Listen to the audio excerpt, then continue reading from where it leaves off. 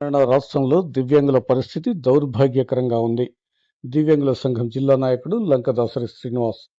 తెలంగాణ రాష్ట్రంలో దివ్యాంగుల పరిస్థితి దౌర్భాగ్యకరంగా తయారైందని, రాష్ట్ర ప్రభుత్వం తమ పరిస్థితిని కేవలం ప్రకటనలకే పరిమితం చేసి చేతులు దులుపుకుందని దివ్యాంగుల సంఘం జగిత్యాల జిల్లా నాయకులు లంకదాసరి శ్రీనివాస్తో పాటు పలువురు సభ్యులు ఆవేదన వ్యక్తం చేశారు. ప్రస్తుత కాంగ్రెస్ పార్టీ ప్రభుత్వం అధికారంలోకి రాకముందు ఎన్నికల సమయంలో తమ మేనిఫెస్టోలోని 29వ నెంబర్లో దివ్యాంగులకు ఉచితంగా బస్సు ప్రయాణ సౌకర్యం కల్పిస్తామని పేర్కొన్నారని, అది కేవలం ప్రకటనలకే పరిమితమైందని అన్నారు. ప్రభుత్వం నుంచి లక్షలాది రూపాయల వేతనాలు తీసుకుంటున్న మహిళా ఉద్యోగులు ఆధార్ కార్డు చూపిస్తూ ఉచిత బస్సు ప్రయాణం పొందుతున్నారని ఆవేదన వ్యక్తం చేశారు. ఉచిత బస్సు ప్రయాణం మాటేమో కానీ కనీసం తమకు కేటాయించిన సీట్లలో కూడా కూర్చొనివ్వడం లేదని ఆరోపించారు. అంతేకాకుండా రాష్ట్ర ప్రభుత్వం పేర్కొన్న 7 రకాలు, కేంద్ర ప్రభుత్వం పేర్కొన్న 21 రకాల దివ్యాంగ రకాల అంశంలో దివ్యాంగుల సమస్యలను రాష్ట్ర ప్రభుత్వం గాలికి వదిలేసిందని ఆరోపించారు.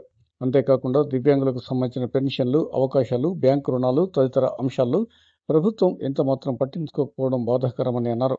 ఇప్పటికైనా తెలంగాణ రాష్ట్ర ప్రభుత్వం దివ్యాంగుల సమస్యలపై తమ ఎన్నికల మేనిఫెస్టోలో పేర్కొన్న ప్రకారం సంక్షేమ పథకాలు అమలు చేయాలని ఈ సందర్భంగా లంకదాసరి శ్రీనివాస్ కోరారు. ఈరోజు తెలంగాణ రాష్ట్రంలో వికలాంగుల పరిస్థితి చాలా దౌర్భాగ్యమైన పరిస్థితికి దిగజారిపోతుంది. ఈ యొక్క తెలంగాణ రాష్ట్రంలో ఈ యొక్క ప్రభుత్వం ఏర్పడకన్నా ముందుకు వారి యొక్క మేనిఫెస్టోలో 29 నెంబర్లో వికలాంగులకు ఉచిత బస్సు ప్రయాణాన్ని కల్పిస్తామని చెప్పడం జరిగింది. ఎంత ఘోరమైనటువంటి పరిస్థితి ఉందంటే, ఈరోజు లక్షల జీతాలు తీసుకున్నటువంటి మంచి మహిళా ఎంప్లాయీలు ఆధార్ కార్డును చూపించి ఫ్రీగా ఉచిత బస్సు ప్రయాణాన్ని పొందడం జరుగుతుంది.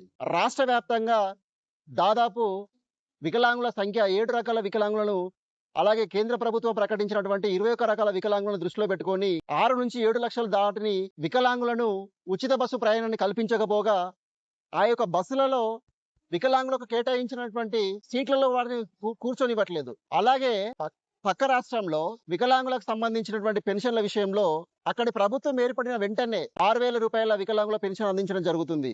అలాగే అధిక తీవ్రత కలిగినటువంటి వికలాంగులకు 15,000 రూపాయల పెన్షన్ అందించడం జరుగుతుంది. మరి మన రాష్ట్రంలో ప్రభుత్వం ఏర్పడిన వెంటనే 6,000 రూపాయల పెన్షన్ అందిస్తామని చెప్పడం జరిగింది.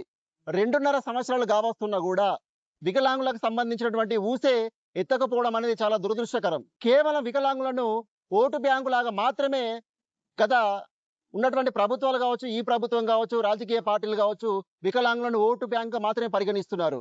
ఈ రోజు వికలాంగులను పెన్షన్ అంటే వికలాంగుల పెన్షన్ అనే ఒక స్థితికి దిగదార్చినటువంటి పరిస్థితి ఈ యొక్క తెలంగాణ రాష్ట్రంలో చూస్తున్నాం. వికలాంగులకు సంబంధించినటువంటి ఏ ఒక్క జియో ఇంప్లిమెంటేషన్ కానీ, వాళ్ళకి సంబంధించినటువంటి అనుకూల వాతావరణం కానీ ఎక్కడ కల్పించకపోవడం అనేది చాలా బాధాకరం.